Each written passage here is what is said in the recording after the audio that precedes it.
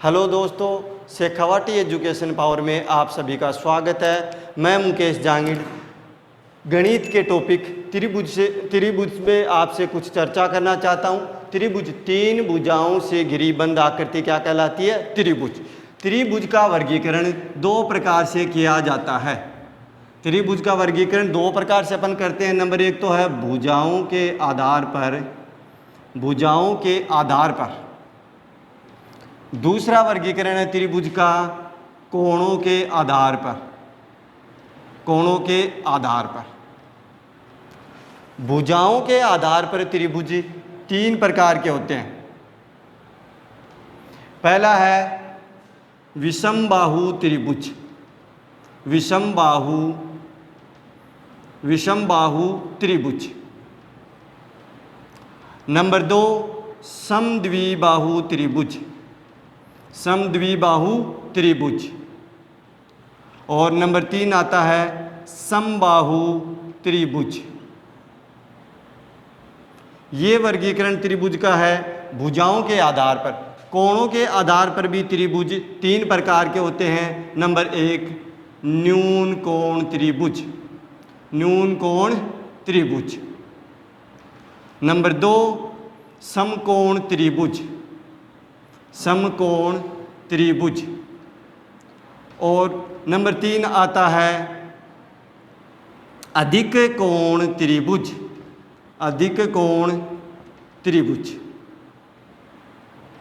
ये वर्गीकरण त्रिभुज का भुजाओं और कोणों के आधार पर है। अब अपन बात करते हैं प्रत्येक का अलग अलग। जैसे सबसे पहला अपन ने पढ़ा भुजाओं के आधार पर त्रिभुज में पहला आता है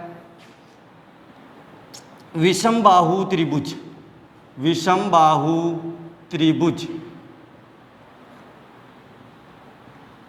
कौन सा होता है विषमबाहु त्रिभुज? ऐसा त्रिभुज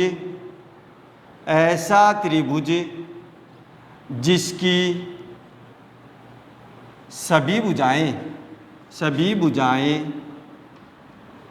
अलग अलग माप की हो।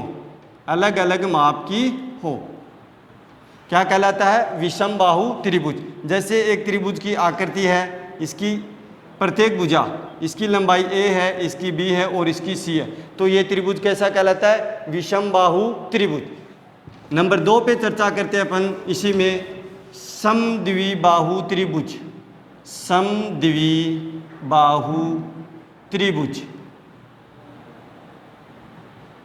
समद्विबाहु त्रिभुज क्या होता है? वह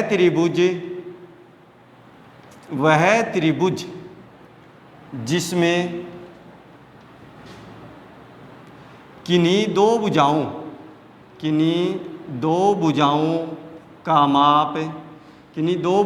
का माप समान हो। यानी तीन में से दो भुजाएं ऐसी होंगी जिनकी लंबाई क्या हो? बराबर, समान हो। क्या कहलाता है? समद्विबाहु त्रिभुज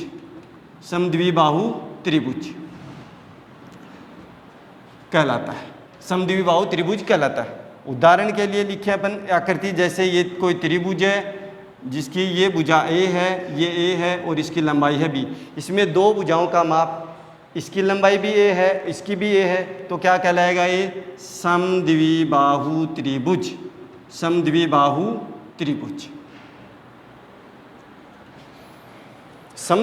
त्रिभुज के बाद नंबर तीन पे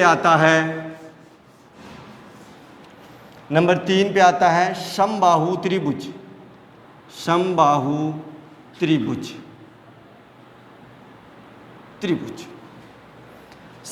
त्रिभुज वह त्रिभुज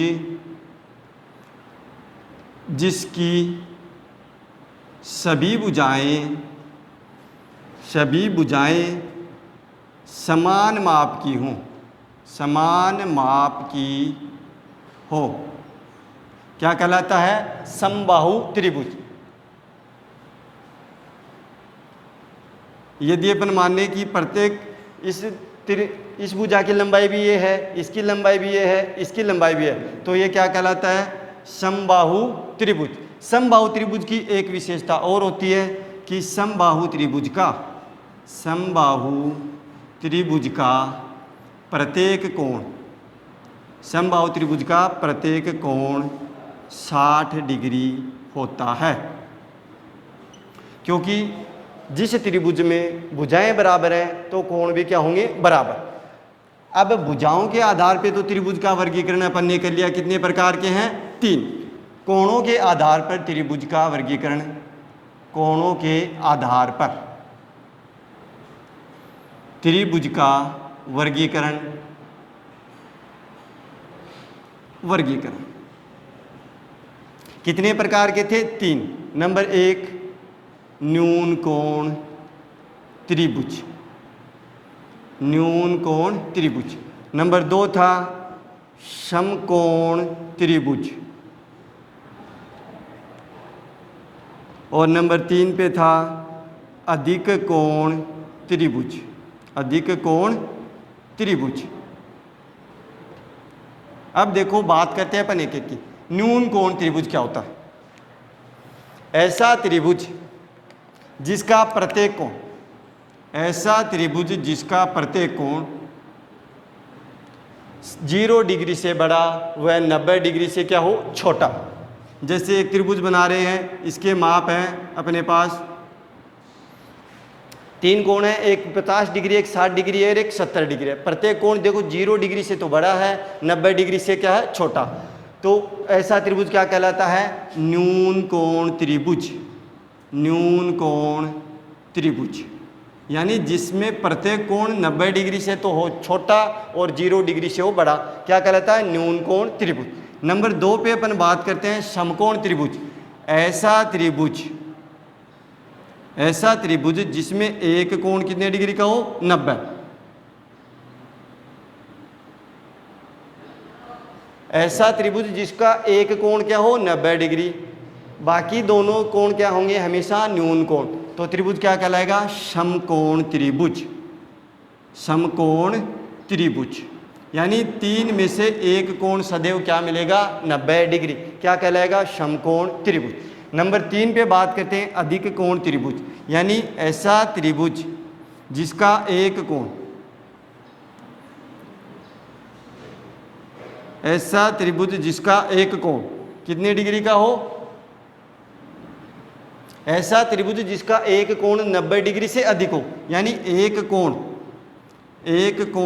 90 डिग्री से अधिक हो, 90 डिग्री से अधिक हो, क्या कहलाएगा, समकोण त्रिभुज। सॉरी, ऐसा त्रिभुज जिसका एक कोण 90 डिग्री से अधिक हो, क्या कहलाएगा, अधिक कोण त्रिभुज। ये तो है कोणों के आधार पर त्रिभुजों का वर्गीकरण। अब अपन बात करते हैं त्रिभुजों में कुछ इनके परिमाप व क्षेत्रफल की। त्रिभुजों का परिमाप व क्षेत्रफल। नंबर पहला अपन का ज्ञात करते हैं विषमबाहु त्रिभुज, विषमबाहु त्रिभुज। विषमबाहु त्रिभुज का परिमाप, परिमाप क्या होता है, ये कोई विषमबाहु त्रिभुज है जिसकी भुजाओं की लंबाई है ए, बी और सी। तो इसका परिमाप कितना हो जाएगा, परिमाप का मतलब होता है अपन जहाँ से चलना स्टार्ट करते हैं यानी तीनों भुजाओं की लंबाई का योग। परिमाप क्या कहलाता है, त्रिभुज की तीनों भुजाओं की लंबाई का योग क्या कहलाता है, त्रिभुज का परिमाप। तो विषमबाहु त्रिभुज का परिमाप कितना हो जाएगा, भुजाओं की लंबाई है ए प्लस बी प्लस सी, ये क्या हो गया इसका परिमाप, विषमबाहु त्रिभुज का परिमाप। नंबर 2 पे बात करें अपन, इसका परिमाप आ गया। अब बात करते हैं अपन क्षेत्रफल की। विषमबाहु त्रिभुज का क्षेत्रफल, तीनों भुजाओं की लंबाई ए, बी और सी है, तो विषमबाहु त्रिभुज का क्षेत्रफल होता है S, S minus A, S minus B और एस माइनस सी। जहाँ एस क्या होता है, एस बराबर होता है त्रिभुज का अर्ध परिमाप, त्रिभुज का अर्ध परिमाप। अर्ध परिमाप का मतलब होता है उसका परिमाप में किसका भाग दे देंगे, 1/2 का, वो क्या आ जाएगा, अर्ध परिमाप। ये कहलाता है विषमबाहु त्रिभुज का क्षेत्रफल S, S minus A, S minus B, S minus C. ये है विषमबाहु त्रिभुज का परिमाप और क्षेत्रफल। अब अपन बात करते हैं समद्विबाहु त्रिभुज के क्षेत्रफल व परिमाप की। नंबर 2 पे आता है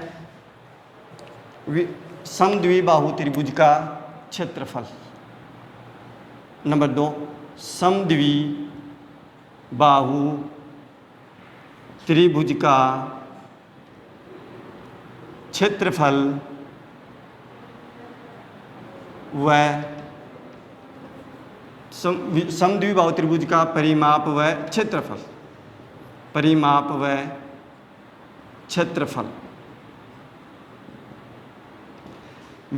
पहले तो अपन आकृति की बात करें। समद्विबाहु त्रिभुज यानी ऐसा त्रिभुज जिसमें दो भुजाएं क्या होंगी, बराबर। जैसे ये दो भुजाएं, इनकी लंबाई है ए और तीसरी भुजा है बी, तो इसका परिमाप कितना होगा, परिमाप बराबर हो जाएगा तीनों भुजाओं का ए प्लस बी, यानी कितना आ जाएगा 2a प्लस बी। ये तो आ गया समद्विबाहु त्रिभुज का परिमाप। बात करें अपन समद्विबाहु त्रिभुज के क्षेत्रफल की, तो समद्विबाहु त्रिभुज का क्षेत्रफल होता है, क्षेत्रफल बराबर होता है b/4 √4a² माइनस b²। इसी का दूसरा सूत्र भी होता है निकालने का,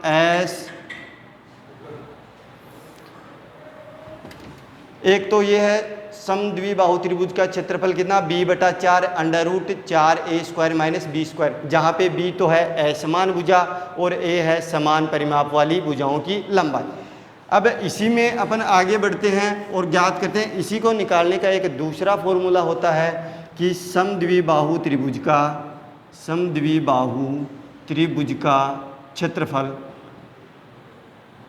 और उसका सूत्र होता है s माइनस a और √s माइनस b, जहाँ a तो है समान भुजा, b है असमान भुजा और s बराबर है अर्ध परिमाप, त्रिभुज का अर्ध परिमाप। ये समद्विबाहु त्रिभुज का क्षेत्रफल ज्ञात करने का दूसरा सूत्र है। जैसे अपन बात करें उदाहरण के लिए कि एक समद्विबाहु त्रिभुज जिसकी समान भुजाएं हैं 3 व असमान भुजा बराबर है 4, तो त्रिभुज का क्षेत्रफल कितना हो जाएगा। अभी अपन ने निकाला था क्षेत्रफल, एरिया बराबर कितना आ जाएगा, s माइनस a और √s माइनस b। सबसे पहले तो अपन s का मान निकालते हैं। s बराबर कितना आ जाएगा, तीनों भुजाओं का योग बटा 2, तो कितना है 3 + 4/2, यानी अर्ध परिमाप s बराबर कितना आ गया 10/2 बराबर कितना आ गया 5। तो सूत्र में रखेंगे s यानी 5 इंटू a का मान क्या था, समान भुजा की लंबाई कितनी है 3, तो कितना आ जाएगा 5 माइनस 3 और गुणा समान भुजा कितनी है 5 माइनस कितनी है तीसरी भुजा 4 और इसका क्या √, तो कितना आ जाएगा 5 गुणा 2, 5 में से 4 गया 1 और 1 का √ कितना होता है 1, तो परिमाप कितना आ गया, परिमाप बराबर कितना आ गया 5 गुणा 2 बराबर 10 इकाई। तो इस त्रिभुज का क्षेत्रफल कितना हो जाएगा 10 इकाई। अब अपन आगे बढ़ते हैं और ज्ञात करते हैं अंतिम कौन सा बच गया अपने पास त्रिभुज, समबाहु त्रिभुज। नंबर 3 पे आता है समबाहु त्रिभुज। समबाहु त्रिभुज का परिमाप व क्षेत्रफल।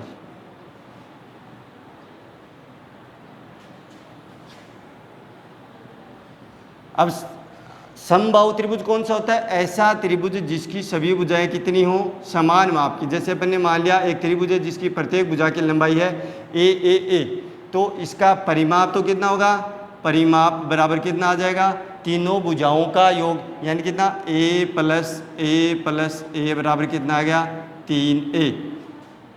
यानी समबाहु त्रिभुज का यदि अपने को परिमाप ज्ञात करना है, भुजा की लंबाई को किससे गुणा कर देंगे 3 से, वो आ जाएगा उसका परिमाप।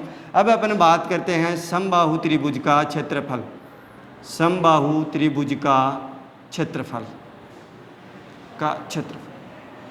एक तो इसका सीधा सूत्र होता है √3/4 गुणा भुजा स्क्वायर। अपन ने सूत्र तो लिख दिया सीधा कि √3/4 गुणा भुजा स्क्वायर। अब ये सूत्र आता कैसे है, जैसे मैंने इसके शीर्ष मान लिए 3 a b व कितने हैं c। शीर्ष a से मैंने इस भुजा पे एक लंब डाला, और जिस लंब डाला इसका मतलब कितना होगा कोण 90 डिग्री का, तो ये भुजा कितनी आ जाएगी a/2 और ये आ जाएगी a/2। ये क्या मान लेते हैं इसकी ऊंचाई a और ये इसका आधार है a। ये ऊंचाई होगी h और आधार कितना हो गया a। तो वैसे त्रिभुज का क्षेत्रफल कितना होता है, त्रिभुज का क्षेत्रफल जिसकी ऊंचाई और आधार हो तो कितना होता है 1/2 आधार गुणा ऊंचाई। अब देखो आधार तो कितना है a, ऊंचाई कितनी है h। अब ये h अपने को ज्ञात करना है, तो h का मान कितना आ जाएगा, यहाँ से देखो ये कोण हो गया 90 डिग्री, तो त्रिभुज कैसा बन गया समकोण। और समकोण त्रिभुज के लिए क्या होता है, समकोण त्रिभुज में पाइथागोरस प्रमेय का यूज किया जाता है, पाइथागोरस प्रमेय। और पाइथागोरस प्रमेय कहती है कर्ण का स्क्वायर बराबर लंब का स्क्वायर प्लस आधार का स्क्वायर। अब बात करें लंब कौन सा होता है, आधार कौन सा होता है, कर्ण कौन सा होता है। 90 डिग्री के सामने की भुजा हमेशा क्या कहलाती है, कर्ण। जो 90 डिग्री का कोण होता है उसके सामने की भुजा क्या कहलाती है, कर्ण। तो इसमें कर्ण तो कितना आ गया a, कर्ण बराबर कितना आ गया a, आधार भी कितना है a। बात करें ऊंचाई, ऊंचाई h है, इसका मान कितना आ जाएगा, समकोण त्रिभुज में पाइथागोरस प्रमेय का यूज कर लेते हैं, तो कितना हो जाएगा a का स्क्वायर बराबर कर्ण का स्क्वायर लंब है, लंब तो कितना है h का स्क्वायर प्लस ये भुजा कितनी आ गई, आधार कितना है a/2 का स्क्वायर। तो यहाँ से कितना आ गया a का स्क्वायर बराबर h कितना है h का स्क्वायर प्लस ये कितना आ गया a²/4। तो यहाँ से अपन ज्ञात करें तो कितना आ जाएगा h स्क्वायर बराबर कितना आ गया a² माइनस a²/4। तो यहाँ से h स्क्वायर बराबर कितना आ गया 3a²/4। तो h बराबर कितना आ गया √3/2a। h बराबर कितना आ गया √3/2a। ये तो आ गया इसका ऊंचाई। त्रिभुज का क्षेत्रफल कितना होता है, त्रिभुज का क्षेत्रफल होता है 1/2 आधार गुणा ऊंचाई। तो कितना आ जाएगा 1/2, आधार कितना था a और ऊंचाई h का मान भी अपने निकाला कितना h बराबर √3/2a। तो यहाँ से मल्टीप्लाई करने पे 2 को 2 से किया 4, ऊपर है √3/4 गुणा a का स्क्वायर। ये आ गया समबाहु त्रिभुज का क्षेत्रफल। अब ये तो है समबाहु त्रिभुज का क्षेत्रफल जब अपने को भुजा दी जा रही है। अगर इससे आगे अपन चलते हैं और ज्ञात करते हैं कि जब समबाहु त्रिभुज की ऊंचाई दी गई हो तो अपन क्षेत्रफल कैसे ज्ञात करें। ये था अपना समबाहु त्रिभुज का, इसकी भुजा ये थी a और ये थी ऊंचाई कितनी h, ये था a/2, ये अपने लंब डाला है शीर्ष से, ये भी कितना था a/2। अगर अपने को दी जाए ऊंचाई h का मान, तो त्रिभुज का क्षेत्रफल कितना होता है h²/√3। ये क्षेत्रफल का सूत्र होता है किसका, समबाहु त्रिभुज का। समबाहु त्रिभुज का क्षेत्रफल, समबाहु त्रिभुज का क्षेत्रफल जब ऊंचाई दी गई हो, ऊंचाई दी गई हो तो कितना होता है h²/√3। ये होता है समबाहु त्रिभुज का क्षेत्रफल। दूसरे पदों में जब ऊंचाई दी हो तो ऊंचाई का स्क्वायर कर दो और उसमें √3 का भाग दे देंगे, वो आ जाएगा समबाहु त्रिभुज का क्षेत्रफल। अब अपन इससे आगे बात करते हैं, ये तो हो गया परिमाप और क्षेत्रफल। एक तीसरा त्रिभुज अपने पास और रह जाता है अलग से, जिसको अपन बोलते हैं, एक तो आता है समकोण त्रिभुज। समकोण त्रिभुज, समकोण त्रिभुज, और इसका क्षेत्र बोलता है समकोण त्रिभुज का क्षेत्रफल बराबर कितना होता है? वो होता है 1/2 आधार गुणा ऊंचाई। ये होता है समकोण त्रिभुज का क्षेत्रफल। जैसे उदाहरण के लिए अपन बात करते हैं कि एक समकोण त्रिभुज है, एक समकोण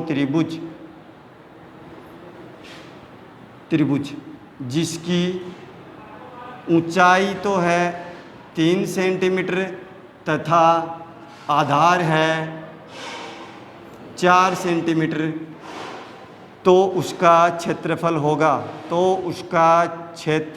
होगा कितना आ जाएगा? सूत्र में रखेंगे 1/2 क्षेत्रफल एरिया बराबर कितना आ जाएगा? 1/2 आधार गुणा ऊंचाई, तो कितना आ जाएगा? 1/2 गुणा आधार तो कितना था? 4, ऊंचाई कितनी थी? 3, 2 एकम 2, 2 दूनी 4 कट गया, कितना आ गया? 6 सेंटीमीटर इकाई, या सेंटीमीटर स्क्वायर लिख देंगे या वर्ग सेंटीमीटर, क्योंकि क्षेत्रफल की यूनिट हमेशा किस में आती है? या तो वर्ग सेंटीमीटर में या सेंटीमीटर का स्क्वायर, या जो भी इकाई है उसका क्या कर देंगे अपन? वर्ग। वो इकाई आती है क्षेत्रफल की। इसके बाद में अपने पास एक त्रिभुज और आता है लास्ट में, जिसकी चर्चा अपन अभी कर रहे हैं, और त्रिभुज का नाम होता है समकोण समद्विबाहु त्रिभुज। समकोण समद्विबाहु त्रिभुज, समकोण समद्विबाहु त्रिभुज। आकृति बनाना चाहे तो इस प्रकार से बनती है। ये है कोई समकोण समद्विबाहु त्रिभुज, जिसमें ये कोण है 90 डिग्री, ये भुजा है ए और ये भुजा भी है ABC। ये कैसा त्रिभुज है? एक समकोण समद्विबाहु त्रिभुज। अब बात करते हैं अपन समकोण समद्विबाहु त्रिभुज की परिमाप की। समकोण समद्विबाहु त्रिभुज का परिमाप कितना होता है? त्रिभुज का परिमाप होता है भुजाओं का योग। ए ये कितना आ जाएगा? √2a, क्योंकि ये कैसा है? त्रिभुज का क्या है? तीसरी भुजा कर्ण का स्क्वायर क्या? तो आधार का स्क्वायर प्लस लंब का स्क्वायर, तो ये कितना हो जाएगा? √2a। ये इसको अपन मान लेते हैं, चलो ये नहीं मानते तो इस भुजा को मान लो b, तो कितना आ जाएगा? a + b। अगर b का मान अपन निकालना चाहें तो यहाँ से b बराबर कितना आ जाएगा? √a का स्क्वायर प्लस a का स्क्वायर, तो b बराबर कितना आ जाएगा? √2a। तो अगर b का मान वो रख देते तो a + √2a, यहाँ से कितना मान आ जाएगा?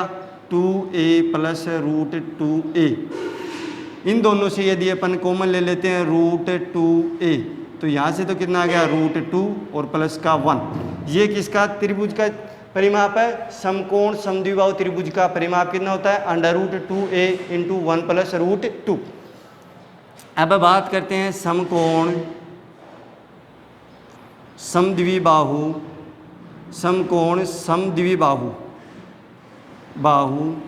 त्रिभुज का क्षेत्रफल। त्रिभुज समकोण त्रिभुज है, इसका मतलब त्रिभुज का क्षेत्रफल कैसा होगा? 1/2 आधार गुणा ऊंचाई। ये तो रहा आधार a और ऊंचाई भी कितनी है? a, तो क्षेत्रफल कितना हो जाएगा? 1/2 गुणा a बराबर कितना आ जाएगा? 1/2 a का स्क्वायर। ये क्या आ गया? समकोण समद्विबाहु त्रिभुज का क्षेत्रफल। अब अपन त्रिभुज के तीनों प्रकार के क्षेत्रफलों का, त्रिभुज के तीनों प्रकार हैं उनका क्या हो गया? क्षेत्रफल। पहले क्या? विषमबाहु का, उसके बाद में समद्विबाहु का, और लास्ट में कौन से का? समबाहु त्रिभुज का। अब अपन ज्ञात करते हैं त्रिभुजों के कुछ विशेष गुण होते हैं। तो त्रिभुजों के विशेष गुण, त्रिभुजों के गुण, त्रिभुजों के गुण में नंबर 1 पहला आता है त्रिभुज के सभी अंतःकोणों का योग अंतः कोणों का योग, कोणों का योग बराबर होता है 180 डिग्री।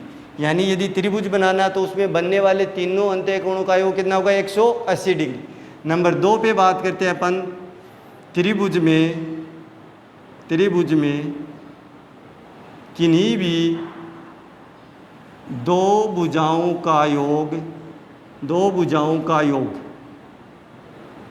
सदैव तीसरी भुजा से अधिक होता है। यानी यदि अपन त्रिभुज का निर्माण करना चाहें तो उसके लिए एक कंडीशन आती है कि त्रिभुज की जो दो भुजाएं लेंगे, तीन में से कोई भी उन दोनों का योग करेंगे तो वो सदैव क्या आएगा? तीसरी भुजा से बड़ा। नंबर 3, त्रिभुज में किन्हीं भी दो भुजाओं का अंतर सदैव तीसरी भुजा से छोटा होता है। यानी दो भुजाओं का यदि अंतर करेंगे और उनका जो अंतर आएगा वो क्या होगा? तीसरी भुजा से छोटा। ये दोनों लाइनें त्रिभुज निर्माण में विशेष अपना स्थान रखती हैं, क्योंकि इस कंडीशन को फॉलो करेंगे तभी उन तीन भुजाओं से एक त्रिभुज का निर्माण कर सकते हैं। इसके अलावा त्रिभुज का निर्माण नहीं हो सकता। नंबर 4, त्रिभुज में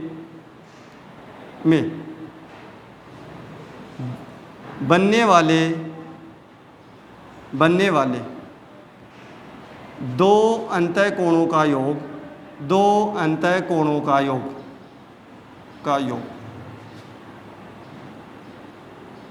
तीसरे कोण के साथ बनने वाले बहिष्कोण के बराबर होता है। यानी यदि ये कोई त्रिभुज बनाया गया है, ये कोण है 60 डिग्री, ये कोण है 40 डिग्री और ये कोण है 80 डिग्री, तो जो ये इस भुजा को आगे बढ़ाने पे जो ये बहिष्कोण बनेगा, इस बहिष्कोण का मान इन दो आंतरिक कोणों के योग के क्या होगा? बराबर, BCD। यानी यदि अपन ज्ञात करें कोण ACD, इसका मान किसके बराबर होगा? कोण A प्लस कोण B के बराबर होगा। इसको बोलते हैं त्रिभुज में बनने वाला बहिष्कोण शेष भुजाओं पे बनने वाले दो आंतरिक कोणों के योग के क्या होता है? बराबर। ये त्रिभुज के कुछ गुण थे। अब अपन आगे चलते हैं और बात करते हैं त्रिभुज में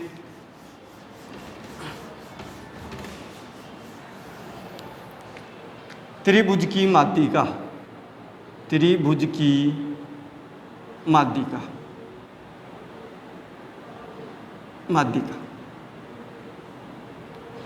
क्या होती है? त्रिभुज में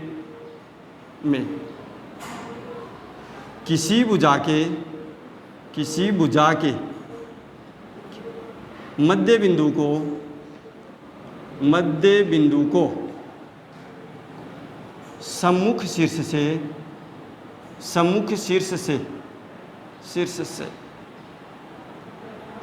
मिलाने वाली रेखा या रेखाखंड त्रिभुज की माध्यिका कहलाती है। जैसे ये कोई त्रिभुज है PQR, ये बिंदु M है जो QR का क्या है? मध्य बिंदु। तो इस शीर्ष से इस भुजा को, इस मध्य बिंदु को मिलाने वाली रेखा PM क्या कहलाएगी? माध्यिका। PM क्या कहलाएगी? माध्यिका। ये दोनों भुजाएं आपस में बराबर होंगी तभी M इसका क्या होगा? मध्य बिंदु। यानी त्रिभुज की एक भुजा के मध्य बिंदु को उसके सम्मुख शीर्ष से मिलाने वाली रेखा क्या कहलाती है? त्रिभुज की माध्यिका। अब एक त्रिभुज में 3 भुजाएं तो माध्यिकाएं भी कितनी होंगी? 3। तो त्रिभुज की तीनों माध्यिकाओं, त्रिभुज की तीनों माध्यिकाओं के प्रतिच्छेद बिंदु को, के प्रतिच्छेद बिंदु को, यानी जहाँ पे तीनों माध्यिकाएं एक दूसरे को काटेंगी उस प्रतिच्छेद बिंदु को त्रिभुज का केंद्रक कहते हैं। त्रिभुज का केंद्रक कहते हैं, केंद्रक कहते हैं। केंद्र क्या कहलाता है? त्रिभुज की तीनों माध्यिकाओं का कटान बिंदु क्या कहलाता है? त्रिभुज का केंद्रक। अब केंद्रक के लिए एक विशेष बात आती है। केंद्रक, त्रिभुज का केंद्रक होता है, उसमें एक विशेष गुण होता है और वो गुण क्या कहलाता है कि त्रिभुज का केंद्रक, त्रिभुज का केंद्रक उसकी माध्यिकाओं को, उसकी माध्यिका को 2:1 में विभाजित करता है, 2:1 में विभाजित करता है। ये त्रिभुज के केंद्रक का गुण होता है। जैसे उदाहरण के लिए मैं लिखूं, ये कोई त्रिभुज है जिसकी PQR, ये भुजा 5 सेंटीमीटर है, ये 6 सेंटीमीटर है और ये 8 सेंटीमीटर है। ये इसकी माध्यिका है PM माध्यिका। इसका मतलब ये दोनों भुजाएं क्या होंगी?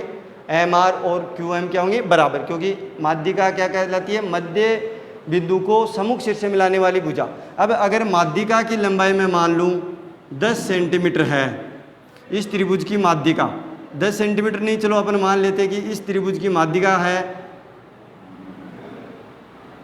5 सेंटीमीटर, तो क्या होगा? ये माध्यिका ये क्या है? इसका केंद्रक। तो ये केंद्र क्या करेगा? माध्यिका को 2:1 में विभाजित करेगा, 2:1 में विभाजित करेगा। अब 2 कौन सा भाग होगा? शीर्ष की तरफ होने वाला भाग तो 2 होगा अनुपात में, और भुजा की तरफ होने वाला भाग कितना होगा? 1। त्रिभुज का केंद्रक माध्यिका को 2:1 में विभाजित करता है। ये केंद्रक का एक विशेष गुण कहलाता है त्रिभुज में। अब इससे आगे अपन बात करते हैं त्रिभुज में, माध्यिका के बाद में त्रिभुजों के समरूपता,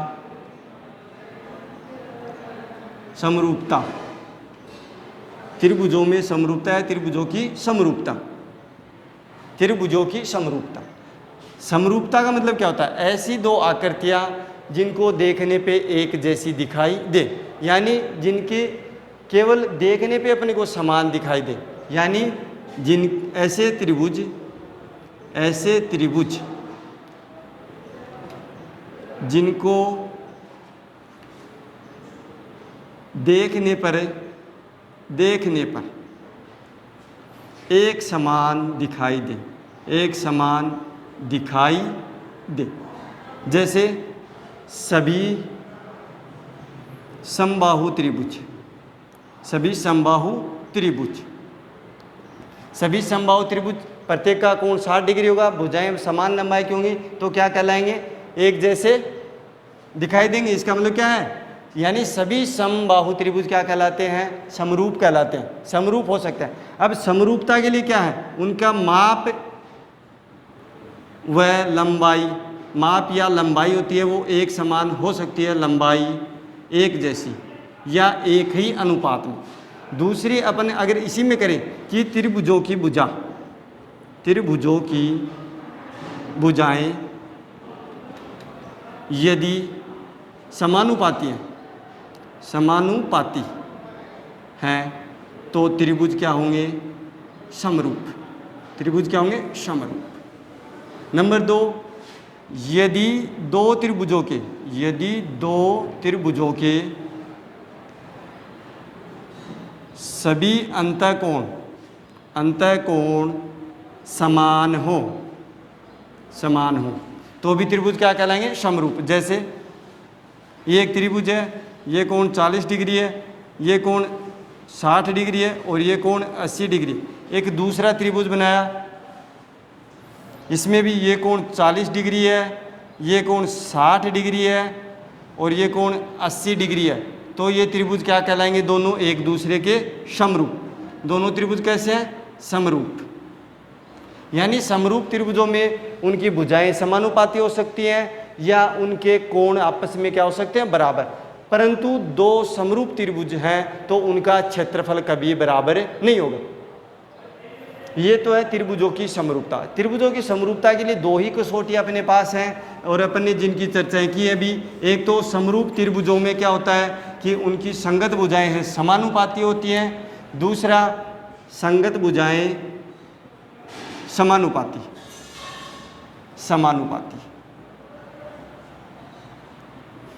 नंबर 2 संगत कोण बराबर। अगर कोई भी दो त्रिभुज इन दोनों कंडीशनों को फॉलो करता है तो दोनों त्रिभुज क्या होंगे? समरूप।